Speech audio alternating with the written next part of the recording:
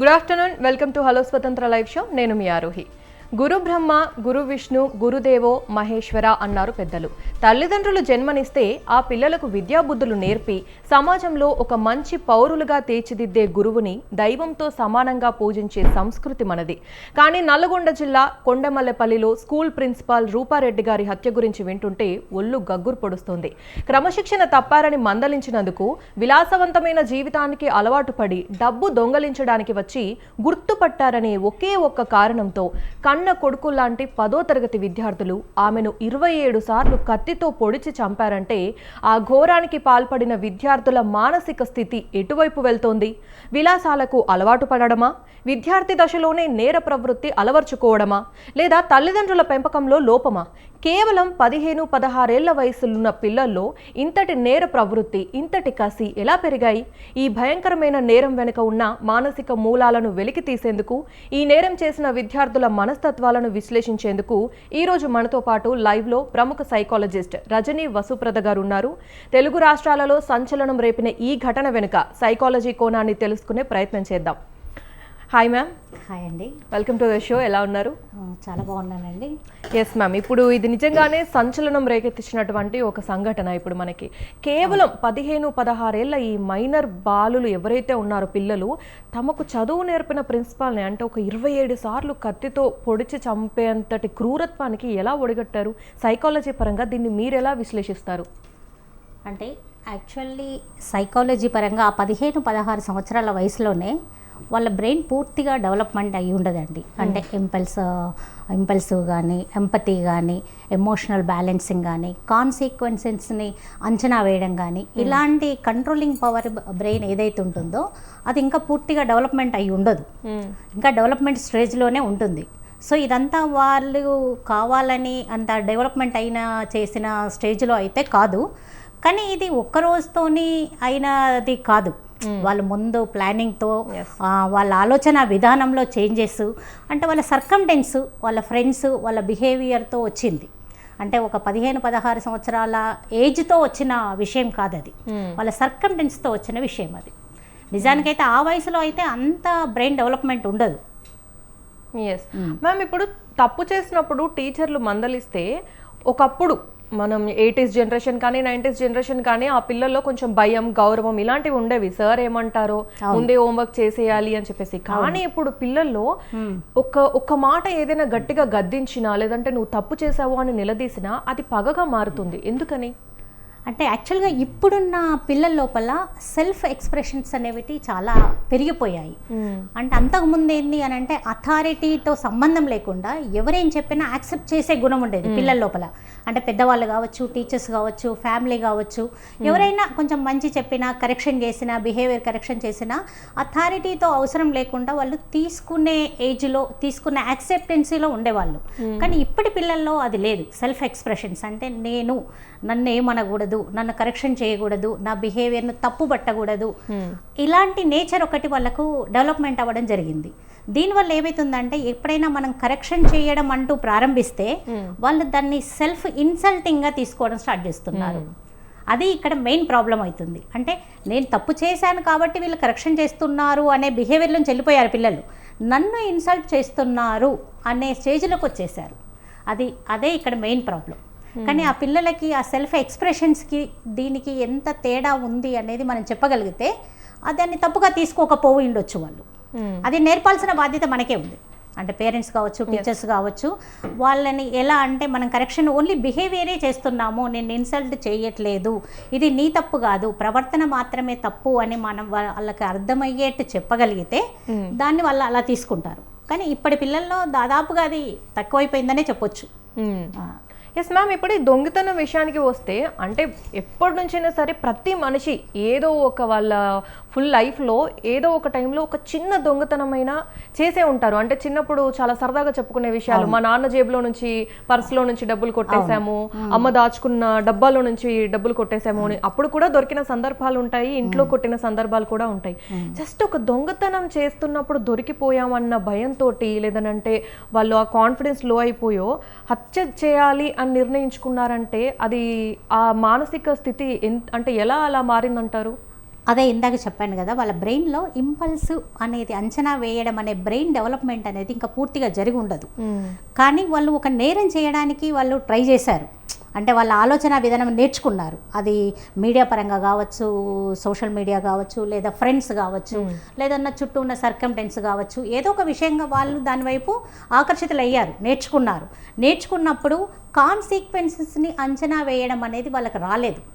దానివల్ల అంటే తప్పును ఎంత పెద్ద తప్పు చేస్తున్నామో, దీనివల్ల వచ్చే పరిణామాలు ఎంత తీవ్రంగా ఉంటాయి అనే అంచనా వేయలేకపోవడం వల్ల వాళ్ళ ఆ తప్పుతో పాటుగా తప్పు నుంచి ఎలా ఎస్కేప్ అవ్వాలనే విషయాన్ని కూడా నేర్చుకున్నారు. అంటే దాన్ని చాలా తక్కువగా తీసుకున్నారు అన్నట్టు.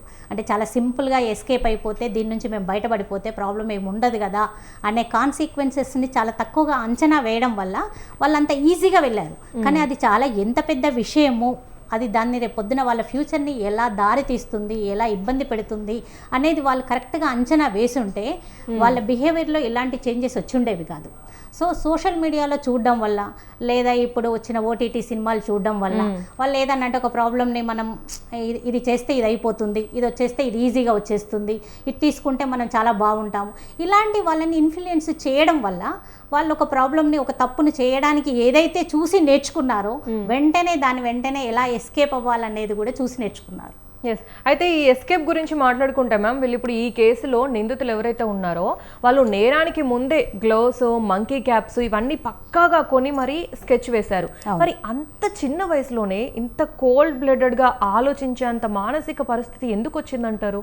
అదే చెప్తున్నాను కదా, ఇన్ఫ్లుయెన్సెస్ అంటే సోషల్ మీడియా నుంచి, ఓటీటీసీ నుంచి, మూవీస్ నుంచి ఏదైతే హీరోయిజం అనుకుంటూ వాళ్ళు చూస్తూ నేర్చుకుంటున్నారో దానికి సరిపడే, అంటే ఒక నేరాన్ని మనం చేయాలి అంటే దాని చుట్టూ ఉన్న పద్ధతులను కూడా నేర్చుకోవాలి అనే నాలెడ్జ్ వాళ్ళకి వచ్చేసింది. సో అందుకోసమే మేము దొరకకూడదు, లేకపోతే మేము పట్టుబడకూడదు అనే విషయాన్ని వాళ్ళు దానికి సంబంధించి ఆ మెటీరియల్ అంతా కొనుగోలు చేయడానికి వాళ్ళను అలా అటువైపు తీసుకెళ్ళింది. కానీ అది ఎంత పెద్ద ప్రాబ్లం అవుతుంది అనే దాన్ని మాత్రం వాళ్ళు అంచనా వేయలేకపోయారు. అలా అని ఈ ఒక్క ప్రాబ్లంతోనే వాళ్ళు సైకియాట్రిక్ ప్రాబ్లంతోనే ఇబ్బంది పడుతున్నారు అని కూడా మనం లేబుల్ చేయలేము, ఎందుకంటే అది క్లినికల్గా మనం నిర్ధారించాల్సిన విషయం. ఎస్. అయితే ఇప్పుడు ఇందాక మనం మాట్లాడుకున్నట్టే, మీరు చెప్పినట్టే మనకి ఓటీటీ ప్లాట్ఫామ్స్ కావచ్చు, సినిమాలు అవ్వచ్చు, ఈ వైలెన్స్ని కూడా చాలా వరకు నార్మలైజ్ చేసి చూపిస్తున్నారు మనకి. సో దీని ఇంపాక్ట్ కూడా, పైగా మనకి ముందు జరిగిన నేరాలని కూడా డాక్యుమెంటరీ రూపంలో మళ్ళీ దానికి కొన్ని హంగులు జోడించి మరి మనకి సిరీస్లు కానీ అవి మనం చూస్తున్నాము. ఇవన్నీ కూడా కొంచెం వాళ్ళ పైన ఇంపాక్ట్ చూపిస్తున్నాయి అనుకోవచ్చా? కొంతవరకు చూపిస్తున్నదని మాత్రం మనం ఒప్పుకోవాల్సిన విషయము. కాకపోతే ఒక ఆన్లైన్ కంటెంట్, ఒక గేమింగ్, ఒక మూవీ మాత్రమే పిల్లవాడిని అటువైపు తీసుకెళ్తుంది అనడానికి లేదు. ఎందుకంటే వాడి ప్రవర్తన, వాడి బిహేవియర్, వాడి ఫ్యామిలీ బ్యాక్గ్రౌండ్, వాడి ఫ్రెండ్స్, చుట్టూ ఉన్న సొసైటీ సర్కంటెన్స్, ఇవన్నీ కలిపి మాత్రమే మనం వాడిని చూడాలి. కాకపోతే రిపీటెడ్గా వైలెన్స్ చూడడం వల్ల ఏమవుతుంది అంటే వాడి సెన్సిబుల్ అనేది తగ్గిపోతుంటుంది. సెన్సిటివిటీ తగ్గిపోయి హింసను వాడు చూడడానికి, ఇష్టపడడానికి ప్రేరేపించేట్టుగా జరుగుతుంటుంది. సో ఇలాంటివన్నీ వాడి ఫ్యూచర్ని పాడు చేస్తూ ఉంటాయి. అది పరిశోధన ప్రకారంగా మనకు నిజమని చెప్తున్నాయి, కానీ అదొక్కటే మాత్రం మనం దాన్ని అంచనా తీసుకోలేము. అది కొంతవరకు అవకాశం అయ్యి ఉండొచ్చు. ఓకే మ్యామ్, ఇప్పుడు ఆ నేరం చేసిన తర్వాత ఎలాంటి పశ్చాత్తాపం లేకుండా వాళ్ళు గోవాకి వెళ్ళి చక్కగా ఎంజాయ్ చేసి వచ్చారు ఒక ట్రిప్కి వెళ్ళి. అవును, అంటే ఎస్, అంటే ఇలాంటి ఒక యాంటీ సోషల్ పర్సనాలిటీ, ఈ లక్షణాలన్నీ కూడా ఎలా అలవడతాయి వాళ్ళలో? అంటే యాక్చువల్గా అది యాంటీ సోషల్ పర్సనాలిటీ అని మనం ఈ ఒక్క సంఘటన బేస్ చేసుకొని చెప్పలేము. వాళ్ళు ఎస్కేపింగ్లో ఒక పార్ట్ ఆఫ్ దాకా వెళ్ళుండొచ్చు, లేదా రకరకాల డిఫరెంట్ రీజన్స్ ఉండొచ్చు. అంటే ఎమోషనల్గా ఇన్బ్యాలెన్స్ అయ్యి ఉండొచ్చు, లేదా వాళ్ళకి సరిగ్గా ఆ టైంలో వాళ్ళు ఏం చేస్తున్నారో వాళ్ళకి తెలియక ఉండొచ్చు, లేకపోతే సొసైటీకి దూరంగా ఉండాలనుకోవచ్చు.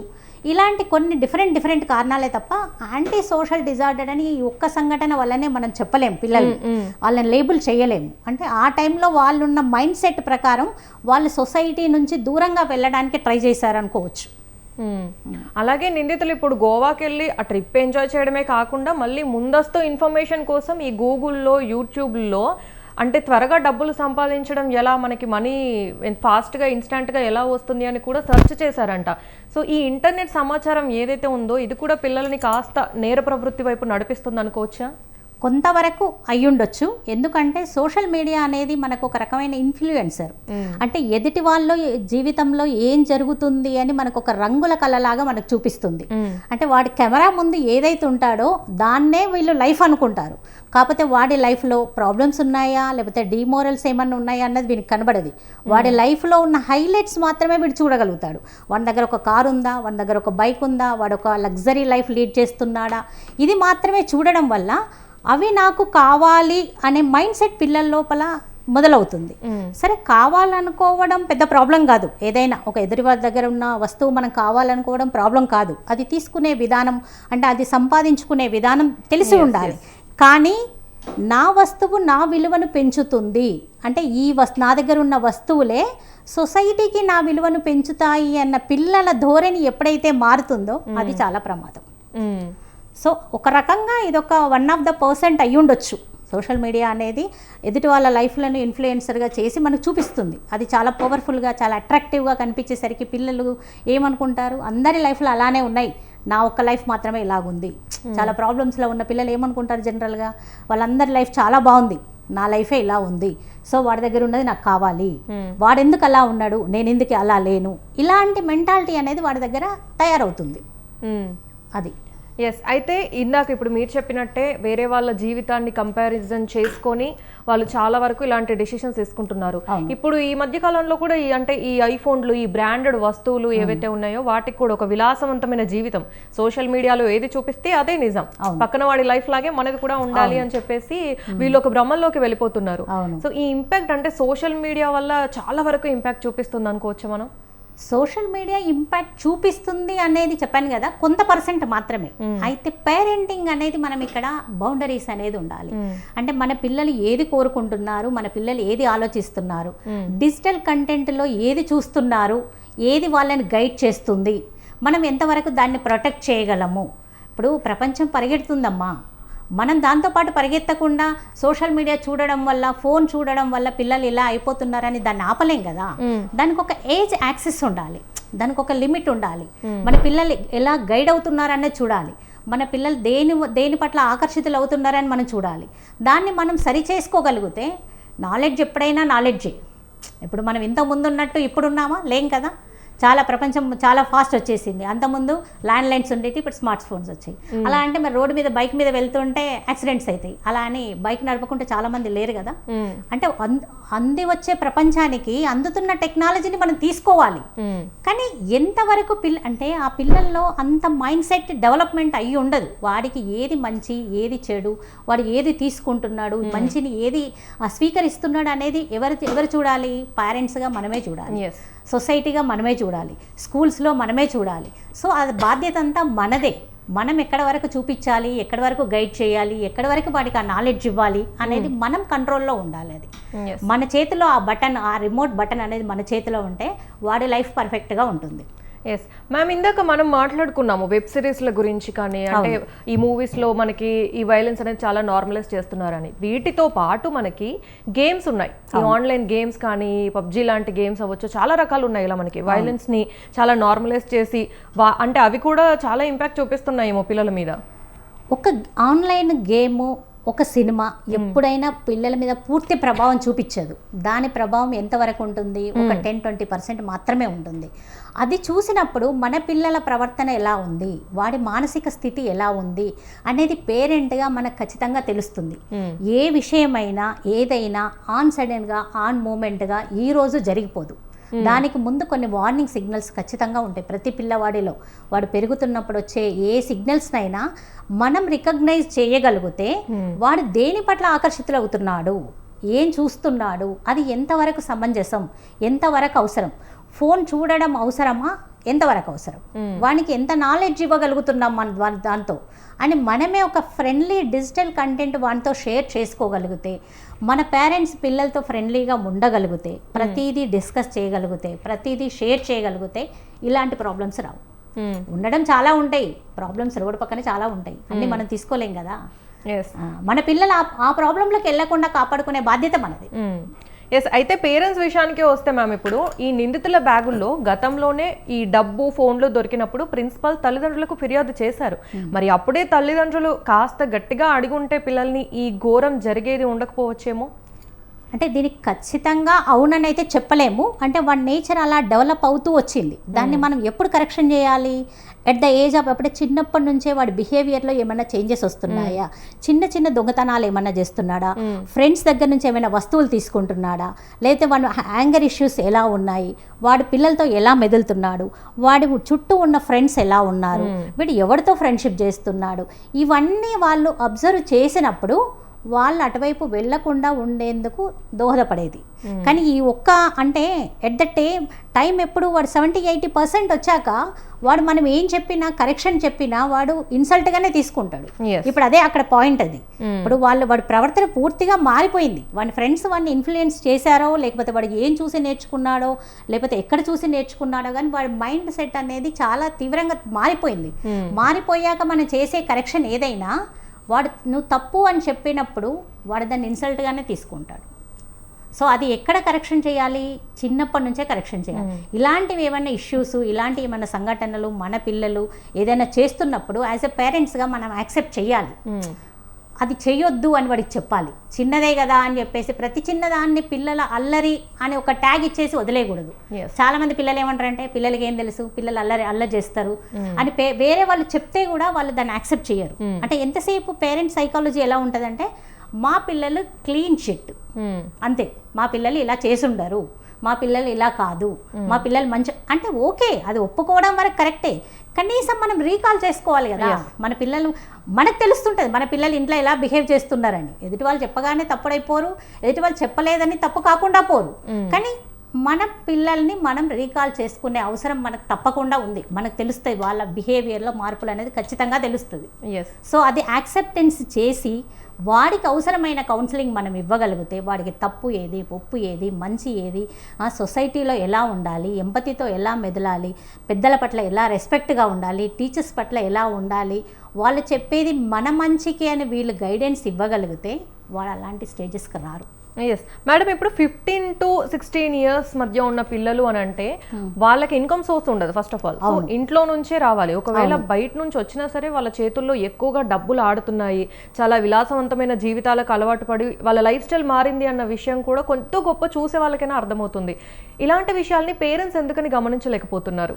ఖచ్చితంగా ఇది ఈ తేడా ఇందాక నేను చెప్పినట్టు ఈ తేడా ఖచ్చితంగా పేరెంట్స్కి తెలుస్తుంది. కానీ పేరెంటింగ్లో ఇది ఒక బ్లైండ్ స్పాట్ అని చెప్పొచ్చు. చాలా మంది పేరెంట్స్ బ్లైండ్గా ఏం చేస్తారంటే మా పిల్లల అల్లరి ఇప్పుడు తగ్గింది అంటే వాడు ఇప్పుడు ఒక ఫోన్ కొనిమని నన్ను సతాయించట్లేదు, లేదా వాడి లగ్జరీకి నన్ను డబ్బులు ఇమ్మని నన్ను సతాయించట్లేదు, నన్ను అడగట్లేదు, సో ఈ ప్రాబ్లం ఇక్కడికి సాల్వ్ అయిపోయింది, సో ఏదో వాడు నడిచిపోతుంది, వాడి దగ్గర ఏదో ఉంది, ఎక్కడి నుంచో వచ్చింది, వీడి గోల తగ్గింది. ఇలాంటి విషయాల వల్ల పేరెంట్స్ పిల్లల దగ్గర ఎంత డబ్బులు ఉన్నాయి, ఎక్కడి నుంచి వచ్చాయి, ఈ విలాసవంతమైన వస్తువులు నీకు ఎక్కడివి, ఎవరిచ్చారు అని కరెక్ట్గా వాళ్ళు అడగలేకపోవడం వల్లనే ఈ ప్రాబ్లం. అది వాళ్ళు కరెక్ట్గా అడిగి ఉంటే ఇంట్లోకి ఒక కొత్త వస్తువు వస్తే ఖచ్చితంగా పేరెంట్స్కి తెలుస్తుంది కదా. ఇప్పుడు 14 మీరు అన్నట్టు 14-15 సంవత్సరాల పిల్లలకి ఇన్కమ్ సోర్స్ ఎక్కడ ఉంటుంది? వాడి దగ్గర ఒక ఐఫోన్ వచ్చింది అనుకో, ఎక్కడి నుంచి వచ్చింది అని క్లారిటీ ఉండాలి కదా. అది ఎస్ మేడం, ఇప్పుడు అలాగే ఈ హైపర్ పేరెంటింగ్ అంటే ఎలా అంటే మనం సాధించలేనిది పిల్లలు సాధించాలి, మనం ఒకప్పుడు మనకి ఏది దొరకలేదు కాబట్టి ఇప్పుడు పిల్లలకి అన్నీ దొరకాలి, అన్నీ సమకూర్చాలి అనుకోవడం మంచిదే. కానీ ఈ హైపర్ పేరెంటింగ్ లేదంటే అతిగా ముద్దు చేసి గారభం చేయడం, దీనివల్ల కూడా పిల్లలు మనం ఎవరైనా ఎదిరించవచ్చు, ఎవరి మాట వినేది ఏంటి అన్న అహంకారానికి గురవుతున్నారు అనుకోవచ్చా? కొంతవరకు అనుకోవచ్చమ్మా. ఎందుకు అంటే ఇంతకు ముందున్న పేరెంట్స్ పిల్లలకి ఇంత ముద్దు ఇంత గారాబం చేయలేదు. ఇప్పుడున్న పేరెంట్స్ ఏంటంటే అంటే మనం చెప్పకూడదు కానీ వాళ్ళ ఆలోచన విధానం ఏంటంటే మా దగ్గర ఇన్కమ్ సోర్స్ ఉంది, మా పిల్లలు కష్టపడకూడదు, మా పిల్లలు అన్నిట్లో అనుభవించాలి అనేది కావాల్సిందల్లా కొనిపెట్టడం ప్రేమ కాదు. ఫస్ట్ మనం పాయింట్ గుర్తుపెట్టుకోవాల్సింది ఏంటంటే మన పిల్లలకి కావాల్సిందల్లా కొనివ్వడం మాత్రమే ప్రేమ కాదు. వాళ్ళకి చిన్న చిన్న అవసరాలకి మనం నో అని చెప్పడం వల్ల వాళ్ళ నోని ఎలా తీసుకుంటున్నారు అనేది కూడా మనకు తెలిసి ఉండాలి. ఎందుకంటే అన్ని విషయాలలో వాడి లైఫ్ టిల్ ఎండ్ వరకు అన్ని ఎస్ అనే ఉండవు కదా.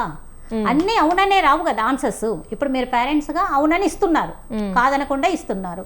వాడు లైఫ్లో సొసైటీలోకి వెళ్తాడు, రేపు అన్నీ అవుననే వస్తాయా? చుట్టూ సర్కంటెన్స్లో అన్నీ వాడు కోరుకునేవి జరిగిపోతాయా? అలా జరిగితే ఇలా ఎందుకుంటారు అందరూ కదా. సో మరి ఇలాంటి చిన్నప్పటి నుంచే అవసరం లేని వాటికి నో అనే విషయాన్ని ఎలా తీసుకోవాలి అని మనం నేర్పిస్తే, వాడు లైఫ్లో ఎప్పుడైనా ఎక్కడైనా పెద్ద రిజెక్షన్ వచ్చిందనుకో, పెద్ద ఫెయిల్యూర్ వచ్చిందనుకో, దాన్ని వాడికి అసలు పెద్ద ప్రాబ్లమే కాదు అది.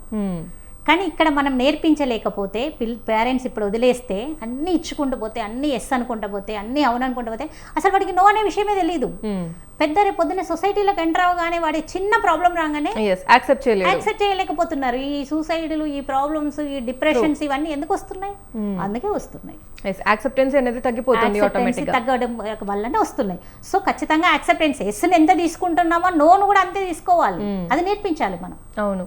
అలాగే ఇప్పుడు మనకి స్కూళ్ళలో కూడా మ్యామ్ ఈ ర్యాంకులు కేవలం అంటే మార్క్స్కే ఎక్కువ ప్రాధాన్యతనిస్తూ ఈ నైతిక విలువలు నేర్పించడంలో కాస్త వెనుకబడుతున్నాయి అనుకోవచ్చా మనం? కొంతవరకు అయితే నిజమే అమ్మ ఈ విషయము. ఎందుకంటే ఇప్పుడున్న కాంపిటీషన్ ఫీల్డ్లో ఎంతసేపు మార్క్స్ కోసం ట్రై చేస్తున్నాం అనేది అందరం ఒప్పుకోవాల్సిన విషయం. అవును. కానీ ఈ విషయం, ఇట్లాంటి విషయాలు జరిగినప్పుడు ఒక పేరెంట్స్నే మనం బ్లేమ్ చేయలేము, ఒక స్కూల్నే మనం బ్లేమ్ చేయలేము. ఎందుకంటే వాళ్ళ కాంపిటీషన్ ఫీల్డ్లో వాళ్ళు ఎంత ఇవ్వాలి పిల్లలకు, ఎంత ఎడ్యుకేషన్ ఇవ్వాలి, ఎంత స్టడీస్లో వాళ్ళను ఇంకా ముందుకు తీసుకురావాలనే ఆలోచనలోనే ఉంటారు.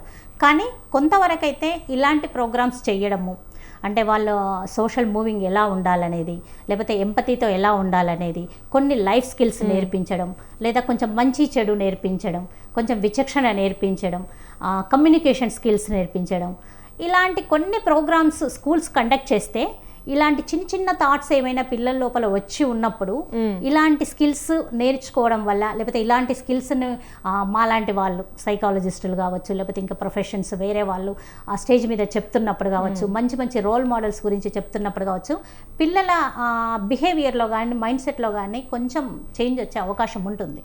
అంటే ఎడ్యుకేషన్ అంటే ఓన్లీ మార్క్సే కాదు, లైఫ్ స్కిల్స్. సో కంప్లీట్గా వాడికి అన్ని లైఫ్ స్కిల్స్ వచ్చినప్పుడే వాడు పర్ఫెక్ట్ పర్సన్ అవుతాడు. ఇవన్నీ లేకుండా బుక్కిష్ నాలెడ్జ్లో వాడికి 95 మార్క్స్ వచ్చినా ఇట్స్ నాట్ పర్ఫెక్ట్ ఎడ్యుకేషన్ అని చెప్పాలి, 100%.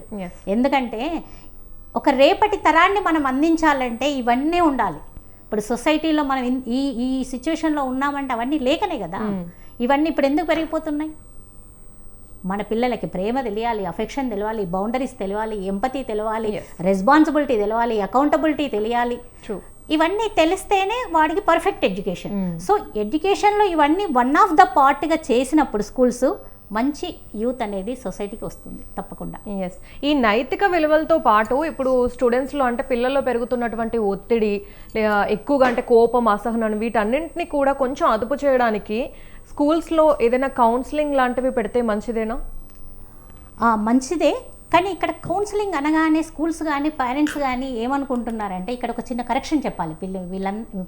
అనుకునే పేరెంట్స్కి కానీ పిల్లలకు కానీ, కౌన్సిలింగ్ అనగానే ఏదైనా ఇష్యూ అయితే ఇచ్చేది, ఏదైనా ప్రాబ్లం వస్తే ఇచ్చేది, లేదా ప్రాబ్లం ఉన్న పిల్లలకి ఇచ్చేది అనే విషయంలోంచి, అనే అపోహలోంచి వీళ్ళని బయటికి తీసుకురావాలి. కౌన్సిలింగ్స్ అనేటి అందరికీ అవసరమే. మంచి విషయాలు రిపీటెడ్గా చెప్తుంటే, కెరీర్ గైడెన్స్ గురించి చెప్తూ ఉంటే, సక్సెస్ గురించి చెప్తూ ఉంటే, ఎంపతి గురించి చెప్తూ ఉంటే పిల్లల బిహేవియర్లో మార్పు వస్తుంది. కానీ ఈ ప్రాబ్లం కౌన్సిలింగ్ అనగానే వీళ్ళు ఏమనుకుంటారంటే, ప్రాబ్లం ఉన్న పిల్లలకే చెప్తున్నారు, అది ప్రాబ్లం ఉన్న పిల్లలకే అవసరం, మా పిల్లలకి ఏమవసరం అనే ఫీలింగ్, అనే అపోహ వీళ్ళకి వచ్చింది కాబట్టే ఇది వెనకకెళ్ళిపోతుంది. కానీ ఇలాంటి ప్రోగ్రామ్స్ కండక్ట్ చేయడం వల్ల, ఇలాంటి కౌన్సిలింగ్ సెషన్స్ సొసైటీలో ఉండడం వల్ల పిల్లల్లో నేచర్లో చాలా మార్పులు వస్తాయి. ఖచ్చితంగా అవసరం అది. స్కూల్స్లోనే సాధ్యమవుతుంది. ఎందుకంటే ఎవ్రీ స్టూడెంట్కి, ఎవ్రీ పర్సన్కి మనం చెప్పలేము. ఒక 100 మంది స్టూడెంట్స్కి ఎట్ ఏ టైంలో చెప్పగలుగుతాం. సో 100 మంది గ్రూప్ ఆఫ్ మెంబర్స్ ఉన్నప్పుడు ఏమవుతుందంటే, ప్రతి పిల్లవాడు ఎలా రెస్పాన్స్ అవుతున్నాడని అబ్జర్వ్ చేయొచ్చు, మెంటాలిటీని అబ్జర్వ్ చేయొచ్చు. టీచర్స్ కావచ్చు, మేము కావచ్చు, ఇంకెవరైనా. సో అలా ఇంకెవరికైనా నిజంగా ఇబ్బందులు ఉండి వాడి బిహేవియర్ డిఫరెంట్గా ఉంటే అప్పుడు వానికి పర్సనల్ సెషన్స్ అవసరం ఉండి ఉంటాయి. ఎస్ మేడం, ఇప్పుడు చాలా వరకు అంటే మేము మైనర్సే, మాకు ఎలాంటి శిక్షలు పడవు, పెద్దగా శిక్షలు పడవు అనుకునే మైండ్ సెట్తో కూడా కొంతమంది ఉంటున్నారు. మరి ఇలాంటి తీవ్రమైన నేరాలకు పాల్పడే మైనర్లకి ఈ జువెలైన్స్ లాగా పరిగణించి తక్కువ శిక్షలతో వదిలేయాలా, లేదంటే పెద్దవాళ్ళకు వేసినట్టు కఠినమైన శిక్షలు వేస్తే మంచిదా? ఇది యాక్చువల్గా చట్టానికి నైతికంగా సంబంధించిన చాలా సెన్సిటివ్ ఇష్యూ. అంటే దీని గురించి మనము మాట్లాడుకోవడం తీర్పు కంటే యాజ్ పర్ సైకాలజిస్ట్గా నా అభిప్రాయాన్ని మాత్రం నేను చెప్తాను. అదంతా మిగతా అంతా చట్టం చూసుకుంటుంది, ఎలా ట్రీట్ చేయాలి, ఎలాంటి విషయాలు పరిగణలోకి తీసుకోవాలనేది అది చూసుకుంటుంది. కానీ నేనేమంటానంటే ఒక పిల్లవాడు నేరం చేసిన తర్వాత శిక్షించడం కంటే నేరానికి ముందు వాడి మెంటాలిటీ ఎలా ఉంటుందో చూసుకుంటేనే ఇలాంటి సంఘటనలు ముందు రావు. ఒకవేళ ఇఫ్ సపోజ్ అలాంటిది జరిగినా వాడికి రీహాబిలిటేషన్ అవసరం శిక్షతో పాటుగా. అంటే వాడిని సమర్థించడం అనేది కాదు, కానీ ఇలాంటి దానికి అకౌంటబిలిటీ మనం కూడా తీసుకోవాల్సి ఉంటుంది, సొసైటీ కూడా తీసుకోవాల్సి ఉంటుంది. ఆ అకౌంటబిలిటీ తీసుకొని వాడిని కొంచెం మళ్ళీ రేపటి సొసైటీలో వాడు మంచి పర్సన్గా బయటికి రావడానికి, వాడి నుంచి సొసైటీకి ఎలాంటి ప్రాబ్లం లేకుండా ఉండడానికి మాత్రం తీసుకుంటే సరిపోతుంది అనేది నా ఒపీనియన్. ఎస్, ఇప్పుడు చివరగా మేడం, సమాజంగా అంటే మనం రూపారెడ్డి గారి లాంటి విషాదాలు మళ్ళీ మళ్ళీ జరగకుండా ఉండాలి అని అంటే ఇటు కుటుంబం అటు సమాజం ఎలాంటి సమిష్టి బాధ్యత వహించాలి? యాక్చువల్గా దీనికి ఒక కుటుంబము, ఒక స్కూల్స్, ఒక సమాజము కాకుండా మనం 3 రకాల ప్రివెన్షన్స్ తీసుకోవచ్చు. ఇదే కుటుంబము, ఇదే స్కూలు, ఇదే సొసైటీ పరంగా మనం ఒక 3 ప్రివెన్షన్ తీసుకోవాలి. అంటే సమస్య వచ్చిన తర్వాత కంటే సమస్య రాకముందే ప్రివెన్షన్ ఎట్నుంచి మనకు ఫ్యామిలీ తరపు నుంచి అఫెక్షన్ కావాలి, ప్రేమ కావాలి, బౌండరీస్ కావాలి, సూపర్విజన్ కావాలి. అండ్ స్కూల్ నుంచి క్రమశిక్షణ కావాలి, ఇలాంటి కౌన్సిలింగ్ సెషన్స్ కావాలి. అదే సొసైటీ నుంచి మనకు అంటే ఈ డిజిటల్ కంటెంట్ ఏదైతే ఉందో దాని మీద కొంత అవగాహన వచ్చేట్టుగా చూడాలి, రోల్ మోడల్స్, క్యారెక్టర్స్ లాంటివి కావాలి. సో ఈ 3 మనం ప్రివెన్షన్స్ చేయగలిగితే పిల్లల్లో ఈ నేర ప్రవృత్తి అనేది కొంచెం తగ్గించవచ్చు. Yes, thank you ma'am, thank you so much. నిజంగా సైకాలజిస్ట్ గారు చెప్పిన విశ్లేషణ వింటుంటే ఒక విషయం స్పష్టమవుతుంది. రూపారెడ్డి గారి హత్య కేవలం 2 విద్యార్థులు చేసిన నేరం కాదు, మన కళ్ళ ముందే తప్పుదోవ పడుతున్న ఒక తరం మనస్తత్వానికి ఇది నిదర్శనం. భౌతిక విలాసాల కోసం క్షణికావేశంలో గురువునని కూడా చూడకుండా ప్రాణాలు తీసే స్థాయికి పిల్లలు దిగజారుతున్నారంటే దానికి కారణం కేవలం వారు చూసే సినిమాలు మాత్రమే కాదు, ఇంట్లో మనం ఇస్తున్న మితిమీరిన స్వేచ్ఛ, పర్యవేక్షణ లేని స్మార్ట్ ఫోన్లు, నైతిక విలువలు కరువైన పెంపకం కూడా. చదువుతో పాటు సంస్కారాన్ని, తప్పు చేస్తే వచ్చే పరిణామాలను పిల్లలకు నేర్పించాల్సిన బాధ్యత ప్రతి తల్లిదండ్రులపై ఉంది. ఇప్పటికైనా మనం మేల్కొనకపోతే రేపు మన ఇంట్లోనే ఇలాంటి నేరస్తులు తయారయ్యే ప్రమాదం ఉంది. రూపారెడ్డి గారి ఆత్మకు శాంతి చేకూరాలని కోరుకుందాం. నిందితులకు చట్ట ప్రకారం కఠినమైన శిక్ష పడాలని హలో స్వతంత్ర డిమాండ్ చేస్తుంది. సో ఈనాటి కార్యక్రమాన్ని ఇంతటితో ముగిస్తున్నాము. Thank you so much Rashmi ma'am. Thank you అండి. ఇది ఇవాల్టి హలో స్వతంత్ర లైవ్ షో. రేపటి హలో స్వతంత్రలో మళ్ళీ కలుద్దాం. కీప్ వాచింగ్ స్వతంత్ర టీవీ.